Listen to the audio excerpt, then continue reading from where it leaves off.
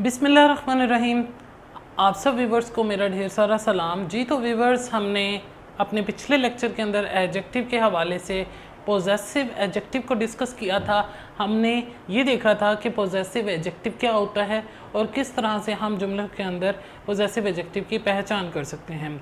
और साथ ही साथ हमने ये भी देखा था कि पोजेसिव एडजेक्टिव और पोजेसिव प्रोनाउन में क्या फ़र्क होता है, क्योंकि बहुत दफ़ा ऐसा होता है कि पोजेसिव एडजेक्टिव और पोजेसिव प्रोनाउन के अंदर स्टूडेंट्स जो है कंफ्यूज हो जाते हैं और वो आपस में इन दोनों चीज़ों को मिक्सअप कर जाते हैं। तो व्यूअर्स, पिछले लेक्चर के अंदर हमने बेसिकली पोजेसिव एडजेक्टिव को डिस्कस किया था, लेकिन साथ साथ पोजेसिव एडजेक्टिव के हमने पोजेसिव एडजेक्टिव और पोजेसिव प्रोनाउन के दरमियान फ़र्क को भी बेहतर तौर पर सीखा था।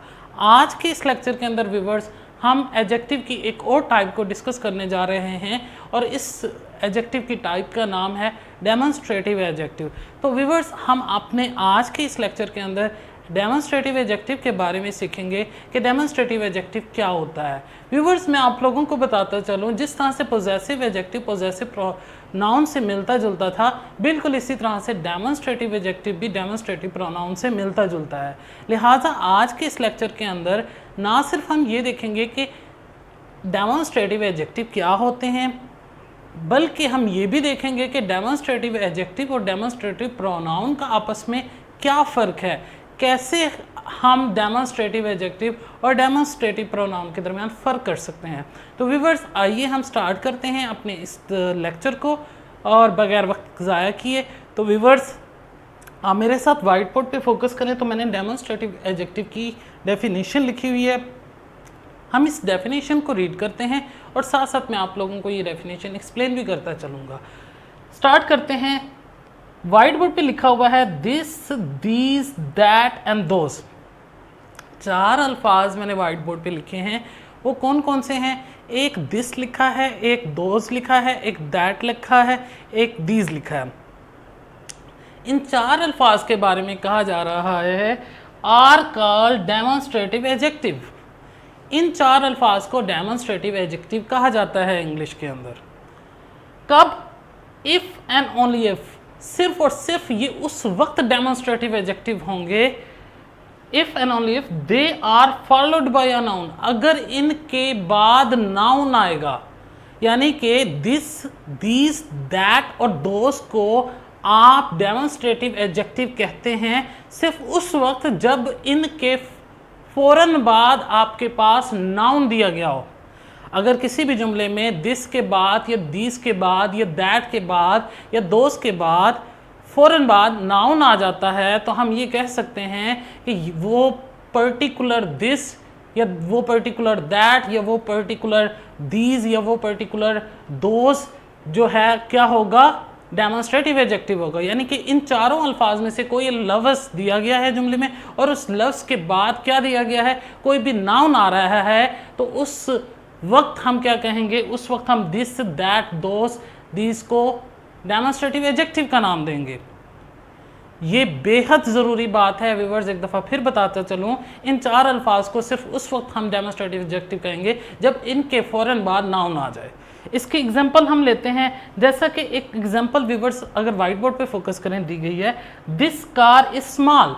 आप देखें इस जुमले के अंदर दिस जो है, ये दिस जो है एक डेमोन्स्ट्रेटिव एडजेक्टिव है। कैसे पता चला ये डेमोन्स्ट्रेटिव एडजेक्टिव है? क्योंकि दिस के फ़ौरन बाद एक नाउन आ रहा है, यानी कि दिस के फ़ौरन बाद कार है, तो कार एक नाउन है ग्रामर की रूल्स और ग्रामर की रो से।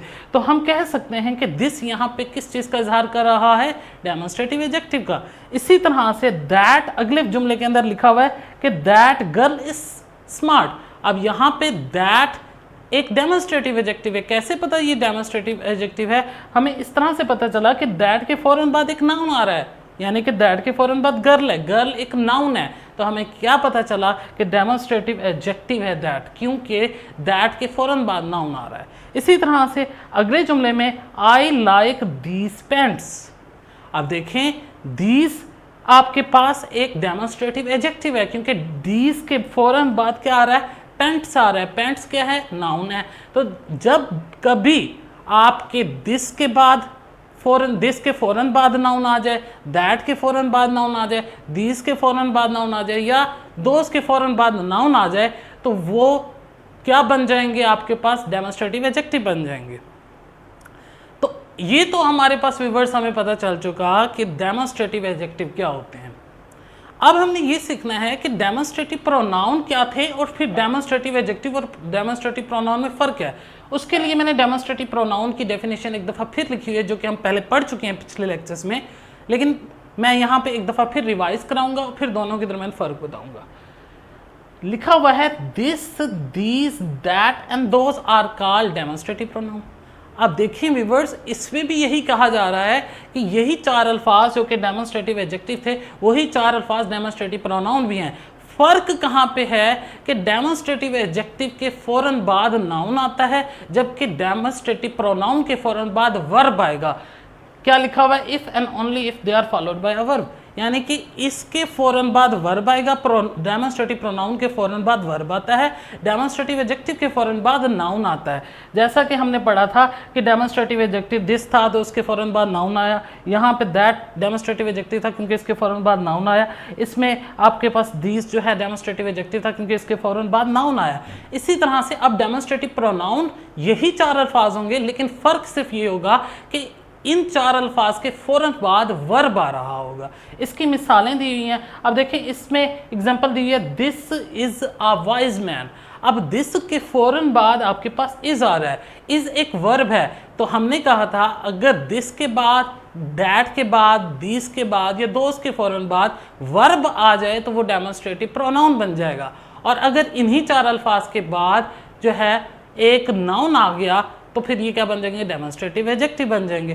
तो बस यही एक छोटा सा फ़र्क है डेमोन्स्ट्रेटिव एडजेक्टिव और डेमोन्स्ट्रेटिव प्रोनाउन, जिसमें बच्चे अमूमन मिक्सअप कर जाते हैं। मैं उम्मीद करता हूँ व्यूअर्स आज के इस लेक्चर से आप लोगों के जहनों के अंदर जो डेमोन्स्ट्रेटिव एडजेक्टिव और डेमोन्स्ट्रेटिव प्रोनाउन के हवाले से कन्फ्यूजन होगी वो दूर हो चुकी है। और इसके साथ साथ अगर इसके बावजूद भी आपका किसी भी किस्म का क्वेश्चन आज के इस लेक्चर के हवाले से होता है तो मैं आपके क्वेश्चंस को हमेशा वेलकम करता हूं। आप मुझे फीडबैक दे सकते हैं कमेंट सेक्शन के अंदर और इंशाल्लाह मैं आपके लिए उसका सलूशन ज़रूर लेकर आऊँगा।